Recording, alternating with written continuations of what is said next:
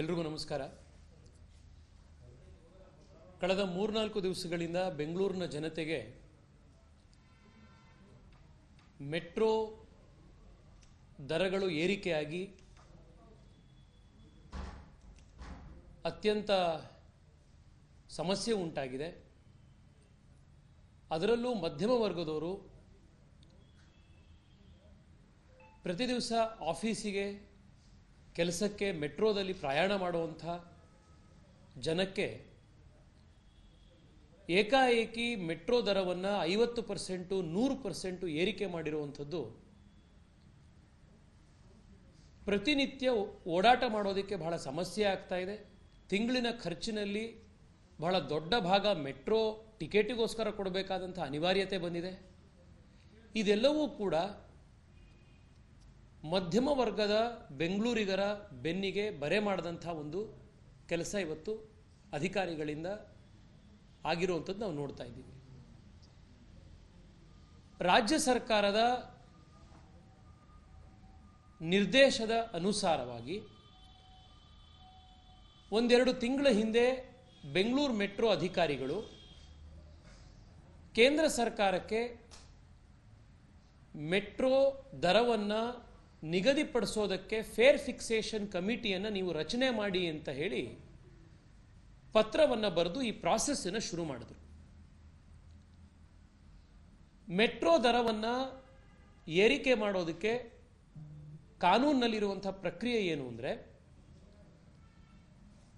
ರಾಜ್ಯ ಸರ್ಕಾರ ಅಥವಾ ಮೆಟ್ರೋ ಕಂಪನಿ ಕೇಂದ್ರ ಸರ್ಕಾರಕ್ಕೆ ಫೇರ್ ಫಿಕ್ಸೇಷನ್ ಕಮಿಟಿಯನ್ನು ರಚನೆ ಮಾಡಿ ಅಂತ ಪತ್ರ ಬರೀಬೇಕು. ನಂತರ ಕೇಂದ್ರ ಸರ್ಕಾರ 3 ಜನ ಸದಸ್ಯರು ಉಳ್ಳಂಥ ಒಂದು ಸಮಿತಿಯನ್ನು ರಚನೆ ಮಾಡುತ್ತೆ. ಆ ಸಮಿತಿಯಲ್ಲಿ ಅಧ್ಯಕ್ಷರಾಗಿ ಮಾಜಿ ನ್ಯಾಯಮೂರ್ತಿಗಳೊಬ್ಬರು ಕೆಲಸ ಮಾಡ್ತಾರೆ. ಕೇಂದ್ರ ಸರ್ಕಾರದಿಂದ ಒಬ್ಬರು ಪ್ರತಿನಿಧಿ ಇರ್ತಾರೆ, ರಾಜ್ಯ ಸರ್ಕಾರದಿಂದ ಒಬ್ಬರು ಪ್ರತಿನಿಧಿ ಇರ್ತಾರೆ. ಇದು ಈ ಕಮಿಟಿಯ ಕಾಂಪೋಸಿಷನ್. ಈ ಕಮಿಟಿ ರಾಜ್ಯ ಸರ್ಕಾರದ ಇನ್ಪುಟ್ಗಳನ್ನು ಪಡೆದುಕೊಂಡು BMRCLನ MD ಮತ್ತು ಅವರ ತಂಡದ ಇನ್ಪುಟ್ಗಳನ್ನು ಪಡ್ಕೊಂಡು ಕೆಲವು ಅಧ್ಯಯನಗಳನ್ನು ನಡೆಸಿ ಬೆಂಗಳೂರು ಮೆಟ್ರೋಗೆ ಪರಿಷ್ಕೃತ ದರ ಪಟ್ಟಿಯನ್ನು ನಿಗದಿ ಮಾಡಿದ್ದಾರೆ. ಕಾನೂನಿನ ಪ್ರಕಾರ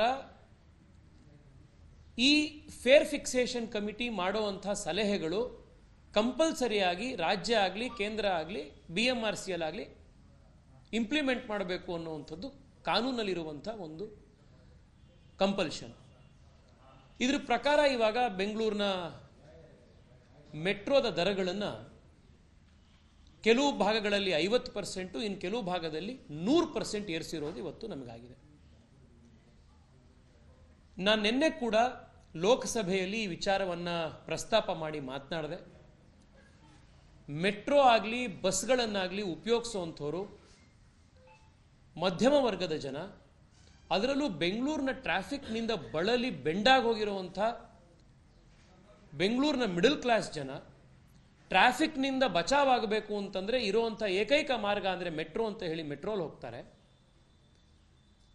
ನೀವು ದೇಶದಲ್ಲೇ ಅತಿ ಹೆಚ್ಚು ದರವನ್ನು ಫಿಕ್ಸ್ ಮಾಡಿ ಬೆಂಗಳೂರು ಮೆಟ್ರೋನ ನೀವು ಅಷ್ಟು ಪ್ರೈಸ್ ಮಾಡಿದ್ರೆ, ಅಷ್ಟು ದರ ಏರಿಕೆ ಮಾಡಿದ್ರೆ, ಒಂದು ದಿನಕ್ಕೆ ಹೋಗಿ ಬರಬೇಕು ಅಂತಂದರೆ ಈಗ ವಿಜಯನಗರದಿಂದ ಬೆಳ್ಳಂದೂರಿಗೆ ಹೋಗಿ ವೈಟ್ ಫೀಲ್ಡ್ಗೆ ಹೋಗಿ ವಾಪಸ್ ಬರಬೇಕು ಅಂತಂದರೆ 25 ಕಿಲೋಮೀಟರ್ ದಾಟ್ತು ಅಂತಂದರೆ 2 ವೇ ಅವರಿಗೆ ಸುಮಾರು 180 ರೂಪಾಯಿ ಅವರಿಗೆ ಖರ್ಚಾಗತ್ತೆ ಅಂತಂದರೆ, ಮೆಟ್ರೋದಲ್ಲಿ ಹೋಗೋದ್ರ ಬದಲು ಆ ವ್ಯಕ್ತಿ ಬೈಕಲ್ಲಿ ಹೋಗ್ತಾರೆ, 2 ವೀಲರಲ್ಲಿ ಹೋಗ್ತಾರೆ. ಸರ್ಕಾರದ ಒಂದು ಉದ್ದೇಶ ಜನಸಾಮಾನ್ಯರು ವೈಯಕ್ತಿಕ ವೆಹಿಕಲ್ಗಳನ್ನು ಬಳಸೋದು ಕಡಿಮೆ ಮಾಡಿ ಸಾರ್ವಜನಿಕ ಟ್ರಾನ್ಸ್ಪೋರ್ಟ್ನಲ್ಲಿ, ಪಬ್ಲಿಕ್ ಟ್ರಾನ್ಸ್ಪೋರ್ಟ್ನಲ್ಲಿ ಉಪಯೋಗ ಮಾಡುವಂಥದ್ದನ್ನು ಎನ್ಕರೇಜ್ ಮಾಡಬೇಕೇ ಹೊರತು ಪಬ್ಲಿಕ್ ಟ್ರಾನ್ಸ್ಪೋರ್ಟನ್ನು ದರ ಏರಿಕೆ ಮಾಡಿ ಪ್ರೈವೇಟ್ ಟ್ರಾನ್ಸ್ಪೋರ್ಟನ್ನು ತಗೊಂಡು ಹೋಗೋದೇ ಅದಕ್ಕಿಂತ ಸಲ್ಲಿಸುವಂಥ ಭಾವನೆ ಜನಕ್ಕೆ ಬರದಲ್ಲೇ ಇರೋ ರೀತಿ ನೋಡ್ಕೊಳ್ಬೇಕಾಗಿರೋದು ಸರ್ಕಾರದ ಕರ್ತವ್ಯ. ಇವತ್ತು ಯಾರಿದನ್ನು ಮಾಡಿದ್ರು ಅನ್ನುವಂಥ ಚರ್ಚೆ ಬರ್ತಾ ಇದೆ. ರಾಜ್ಯ ಸರ್ಕಾರ, ಇದು ಕೇಂದ್ರ ಸರ್ಕಾರ ಮಾಡಿರೋದು. ನಿನ್ನೆ ಮಾನ್ಯ ಮುಖ್ಯಮಂತ್ರಿಗಳು ಕೂಡ ಟ್ವಿಟರ್ನಲ್ಲಿ, ಎಕ್ಸ್ ಖಾತೆಯಲ್ಲಿ ಕೇಂದ್ರ ಸರ್ಕಾರಕ್ಕೆ ಪ್ರಶ್ನೆಗಳನ್ನು ಕೇಳಿದ್ದಾರೆ. ರಾಜ್ಯ ಸರ್ಕಾರಕ್ಕೆ ಬೆಲೆ ನಿಗದಿಪಡಿಸುವಂಥ ಅಧಿಕಾರ ಇದ್ದಿದ್ದರೆ ನಾವು ಕೇಂದ್ರಕ್ಕೆ ಯಾಕೆ ಬರೀತಾ ಇದ್ವಿ ಅನ್ನುವಂಥ ಪ್ರಶ್ನೆ ಕೇಳಿದ್ದಾರೆ. ಆದರೆ ಅವ್ರ ಜನಕ್ಕೆ ಇಲ್ಲಿ ಹೇಳ್ದಲೇ ಇರುವಂಥ ಸಂಗತಿ ಯಾವುದು ಅಂತಂದರೆ, ಈ ದರ ಪ್ರಕ್ರಿಯೆಯನ್ನು ನೀವು ಪರಿಷ್ಕರಿಸಿ ಅಂತ ಬರ್ದಿದ್ದು ಇನಿಷಿಯೇಟ್ ಮಾಡುವಂಥ ಅಧಿಕಾರ ಇರುವಂಥದ್ದು ರಾಜ್ಯ ಸರ್ಕಾರಕ್ಕೆ. ಸುಮಾರು 2 ತಿಂಗಳ ಹಿಂದೆ ಕೇಂದ್ರ ಸರ್ಕಾರಕ್ಕೆ ಈ ದರ ಪರಿಷ್ಕರಣೆ ಮಾಡಿ ಅಂತ ಪತ್ರ ಬರೆದಿದ್ದೇನೆ ರಾಜ್ಯ ಸರ್ಕಾರದ ತಾಕೀತಿನ ಆಧಾರದ ಮೇಲೆ. ಅಂಡ್ ಮೆಟ್ರೋ ದರವನ್ನು ಮಾತ್ರ ರಾಜ್ಯ ಸರ್ಕಾರ ಏರಿಕೆ ಮಾಡಿಲ್ಲ. ಕರ್ನಾಟಕದಲ್ಲಿ ಕಾಂಗ್ರೆಸ್ ಸರ್ಕಾರ ಅಧಿಕಾರಕ್ಕೆ ಬಂದಾದ ಮೇಲೆ ರಾಜ್ಯದಲ್ಲಿ ಪ್ರತಿಯೊಂದರದ್ದು ಕೂಡ ಬೆಲೆಗಳು ಏರಿಕೆ ಆಗಿದೆ. ಪ್ರಾಪರ್ಟಿ ರಿಜಿಸ್ಟ್ರೇಷನ್ ಫೀಸು 600% ಜಾಸ್ತಿ ಆಗಿದೆ. ವೆಹಿಕಲ್ ರಿಜಿಸ್ಟ್ರೇಷನ್ ಫೀಸು 10% ಜಾಸ್ತಿ ಆಗಿದೆ.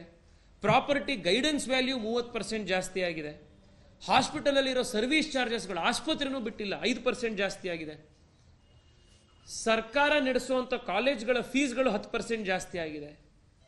ಎಲೆಕ್ಟ್ರಿಕ್ ವೆಹಿಕಲ್ ಮೇಲೂ ಟ್ಯಾಕ್ಸ್ ಹಾಕಿ, ಎಲೆಕ್ಟ್ರಿಕ್ ವೆಹಿಕಲ್ಲು ಪೊಲ್ಯೂಷನ್ ಕಡಿಮೆ ಮಾಡುತ್ತೆ, ಅದರಿಂದ ಏರ್ ಪೊಲ್ಯೂಷನ್ನು, ನಾಯ್ಸ್ ಪೊಲ್ಯೂಷನ್ನು ಕಡಿಮೆ ಆಗುತ್ತೆ, ಅದನ್ನು ಎನ್ಕರೇಜ್ ಮಾಡಬೇಕು ಅನ್ನೋದು ಬಿಟ್ಟು ಎಲೆಕ್ಟ್ರಿಕ್ ವೆಹಿಕಲ್ ಮೇಲೂ 10% ಟ್ಯಾಕ್ಸ್ ಜಾಸ್ತಿ ಆಯಿತು. ಎಲೆಕ್ಟ್ರಿಕ್ ಟ್ಯಾರಿಫ್ 14.5% ಜಾಸ್ತಿ ಆಯಿತು. ವಾಟರ್ ಟ್ಯಾರಿಫು 30% ಜಾಸ್ತಿ ಆಯಿತು. ಪ್ರಾಪರ್ಟಿ ಟ್ಯಾಕ್ಸ್ 25% ಜಾಸ್ತಿ ಆಯಿತು. ರೈತರು ಬಳಸುವಂಥ, ಉಳುಮೆಗೆ ಬಳಸುವಂಥ ಬೀಜಗಳದ್ದು 60% ಟ್ಯಾಕ್ಸ್ ಜಾಸ್ತಿ ಆಯಿತು. ಬಿಯರ್ ಮೇಲೆ 45% ಜಾಸ್ತಿ ಆಯಿತು. ಹಾಲಿನ ದರ 15% ಜಾಸ್ತಿ ಆಯಿತು. ಬಸ್ಸಿನ ದರ 15% ಜಾಸ್ತಿ ಆಯಿತು. ಈ ಎಲ್ಲವನ್ನೂ ರಾಜ್ಯ ಸರ್ಕಾರದ ಕಂಟ್ರೋಲಲ್ಲೇ ಇತ್ತು. ಇವರು ಅದನ್ನೆಲ್ಲರೂ ಏರಿಸಿದ್ರು. ಮೆಟ್ರೋ ದರ ಏರಿಕೆ ಮಾಡೋದಕ್ಕೆ ಕೇಂದ್ರ ಸರ್ಕಾರ ಸಮಿತಿ ರಚನೆ ಮಾಡಬೇಕು, ಅದನ್ನು ಕೂಡ ಪರಿಷ್ಕರಣೆ ಮಾಡಬೇಕು ಅಂತ ಹೇಳಿ ಕೇಂದ್ರ ಸರ್ಕಾರ ಮಾಡಲಿ ಅಂತ ಹೇಳಿ ಪತ್ರ ಬರೆದಿದ್ದು ರಾಜ್ಯ ಸರ್ಕಾರ. ರಾಜ್ಯ ಸರ್ಕಾರ ಈ ರೀತಿ ಪತ್ರ ಬರೆದ ನಂತರ ಮೆಟ್ರೋ ಆಕ್ಟ್ನ ಕೆಳಗಡೆ ಕೇಂದ್ರ ಸರ್ಕಾರಕ್ಕೆ ಇದನ್ನು ನಾವು ಮಾಡೋದಿಲ್ಲ ಅಂತ ಹೇಳುವಂಥ ಅಧಿಕಾರ ಇಲ್ಲ. ರಾಜ್ಯ ಸರ್ಕಾರ ಕೇಂದ್ರ ಸರ್ಕಾರಕ್ಕೆ BMRCL ಮುಖಾಂತರ ನೀವು ಫೇರ್ ಫಿಕ್ಸೇಷನ್ ಕಮಿಟಿಯನ್ನು ರಚನೆ ಮಾಡಿ ದರವನ್ನು ಪರಿಷ್ಕರಿಸಿ ಅಂತ ತಾಕೀತ್ ಮಾಡಿದ ಮೇಲೆ ಕೇಂದ್ರ ಸರ್ಕಾರಕ್ಕೆ ಮಾಡಲೇಬೇಕಾದಂಥ ಅನಿವಾರ್ಯತೆ ಇರುತ್ತೆ ಈ ದರ ಫಿಕ್ಸೇಷನ್ ಕಮಿಟಿಯನ್ನು. ಇದರಲ್ಲಿ ದರ ಎಷ್ಟನ್ನು ಫಿಕ್ಸ್ ಮಾಡಬೇಕು ಅನ್ನುವಂಥದ್ದು ರಾಜ್ಯ ಸರ್ಕಾರದ್ದು ಅಲ್ಲ ನಿರ್ಧಾರ, ಕೇಂದ್ರ ಸರ್ಕಾರದ್ದು ಅಲ್ಲ ನಿರ್ಧಾರ, ಈ ಕಮಿಟಿ ಮಾಡಿರುವಂಥದ್ದು.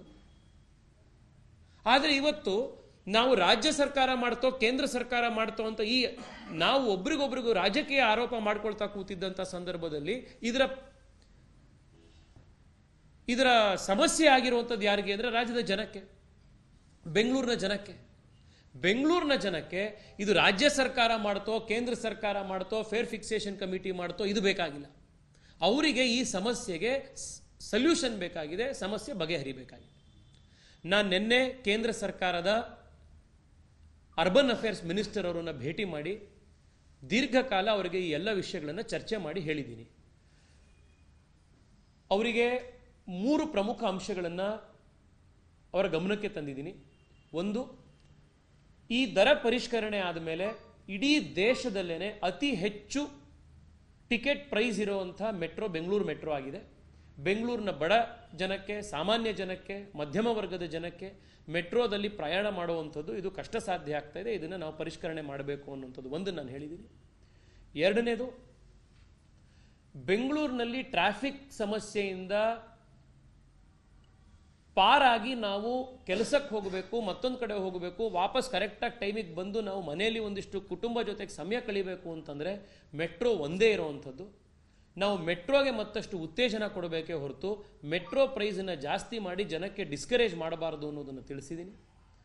ಮೂರನೇದು, ಯಾವತ್ತಿಂದ ಈ ಹೊಸ ದರ ಪರಿಷ್ಕರಣೆಯಾಗಿ ಜಾರಿಗೆ ಬಂತೋ ಅವತ್ತಿಂದ ಬೆಂಗಳೂರು ಮೆಟ್ರೋದಲ್ಲಿ ಪ್ರಯಾಣ ಮಾಡ್ತಾ ಇರುವಂಥ ಜನರ ಸಂಖ್ಯೆ ಸುಮಾರು 40,000 60,000 ಕಡಿಮೆ ಆಗಿದೆ. ಬಸ್ನಲ್ಲಿ, ಟೂ ವೀಲರ್ಸ್ನಲ್ಲಿ ಓಡಾಡುವಂಥ ಜನರ ಸಂಖ್ಯೆ ಜಾಸ್ತಿ ಆಗಿದೆ. BMTC ಓಡಾಡುವಂಥ ಜನರ ಸಂಖ್ಯೆ ಜಾಸ್ತಿ ಆಗಿದೆ, ಮೆಟ್ರೋದಲ್ಲಿ ಬರುವಂಥ ಜನರ ಸಂಖ್ಯೆ ಕಡಿಮೆ ಆಗಿದೆ. ಇದಕ್ಕಿಂತ ಇನ್ಯಾವ ಉದಾಹರಣೆ ಬೇಕು ಜನ ಇದನ್ನು ವಿರೋಧ ಮಾಡ್ತಾ ಇದ್ದಾರೆ ಅನ್ನೋದಕ್ಕೆ? ಈ ಎಲ್ಲ ಗಮನವನ್ನು ರಾಜ್ಯದ ಕೇಂದ್ರ ಸರ್ಕಾರದ ಅಧಿಕಾರಿಗಳಿಗೆ, ಇಲ್ಲಿನ ಮಂತ್ರಿಗಳಿಗೆ ತಂದಾಗಿದೆ. ಪಾರ್ಲಿಮೆಂಟ್ನಲ್ಲೂ ಕೂಡ ವಿಚಾರದ ಬಗ್ಗೆ ನಾನು ಚರ್ಚೆ ಮಾಡಿದ್ದೀನಿ.